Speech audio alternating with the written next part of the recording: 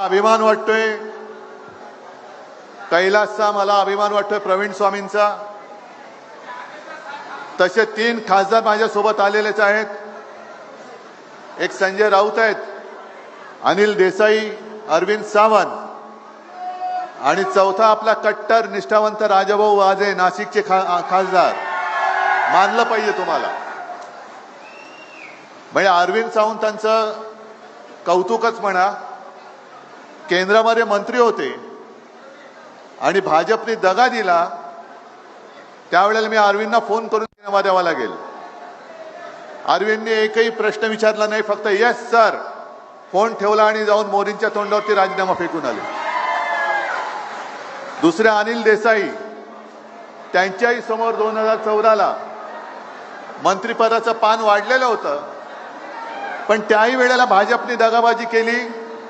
समोर दिसत असलेलं मंत्रिपद नाकारून अनिल देसाई परत आले. संजय राऊतांच्या नादी कोण लागतच नाही, त्याच्यामुळे तो काय प्रश्नच नाही. पण कैलास जेव्हा 2022ला या गद्दार शिरोमणींनी पहिल्या प्रथम जेव्हा आपल्याला फोडाफोडीच्या राजकारणामध्ये गुंतवलं, सगळ्यांना गाड्यात भरून घेऊन चालले होते गुजरातला त्यांच्या माहेरी. तेव्हा कैलासने मला फोन करून सांगितलं की साहेब मी आम्हाला कुठे नेतात कळत नाही, पण मला जायचं नाहीये.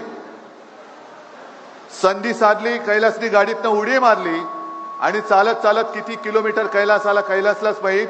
मग तिकडनं त्याला परत आणण्यासाठी मी मुख्यमंत्री होतो, व्यवस्था केली आणि कैलास सुद्धा त्यावेळेला समोर सगळं वैभव दिसत होतं. खोक्याची राशी पडल्या होत्या, पण त्या लाथडून कैलास परत आलेला आहे. तसंच प्रवीण स्वामी सुद्धा आपले. ही सगळी माणसं ही जीवाला जीव देणारी खरी माणसं आहेत. कारण हे भाग्यात असावं लागतं. हे लाभण्यासाठी भाग्य असायला लागतं. नुसता विकास निधी काय साठायचा विकास निधी? नुसता प्रेम नाहीये. आम्हाला हरामाचा एक सुद्धा पैसा नकोय. ज्याला हरामाचा पैसा पाहिजे होता तो तिकडे गेलेला आहे, तो गद्दार झालेला आहे. पण इकडे माझ्या कष्टाचा पैसा, कष्ट करून कमावणारा पैसा कमावणारा माझा शेतकरी आणि सारासुरा शिवसैनिक बसलेला आहे. आणि मला आठवत आहे मी या गद्दाराच्याच सभेला आलो होतो. सभा तुडुंब होती, तुम्हीच सगळी लोक होतात. आणि सभा संपल्यानंतर एक साधा शेतकरी, कैलास तू होतास तेव्हा, प्रवीण स्वामी तुम्ही पण असाल, एक साधा शेतकरी एक बटवा घेऊन आला आणि मला म्हणाला की साहेब माझ्या हस्ते एक मला निधी द्यायचा आहे. त्यालाच आता विचार करा, समोरनं पैशाचा पाऊस पडत होता, आता बाहेर पाऊस पडतोय, तसा पैशाचा पाऊस. शिवसेनेला हरवण्यासाठी यांच्याकडे माणसं नाही आहेत, पैसा अमाप आहे. जरा थांबा, एक तर तुम्ही बोला नाही तर मी बोलतो. जरा थांबा जरा.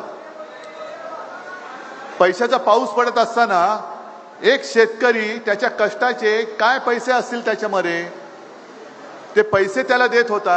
म्हणजे केवढं प्रेम होतं त्या एकेका पैशाला. यांच्या हजार कोटीची किंमत होती. शेतकऱ्याच्या कष्टाचा 1 रुपया म्हणजे गद्दारांच्या 1000 कोटीपेक्षा जास्त पैशाची किंमत त्या शेतकऱ्याच्या पैशाला आहे. आणि मग भाषण काय देत होता, माझा मोबाईल नंबर घ्या. अरे मी स्वतः नंतर फोन केला, मग मी कैलासला फोन केला. अरे मी नंबर फिरवतोय, फोनच उचलत नाहीये, करायचं काय? आणि मग त्यांचंच भाषण आहे. ओमच बोलला होता की दादानो, आपण खंडोजी खोपड्याचं नाव घेतल्यावर तुम्ही काय बोलता?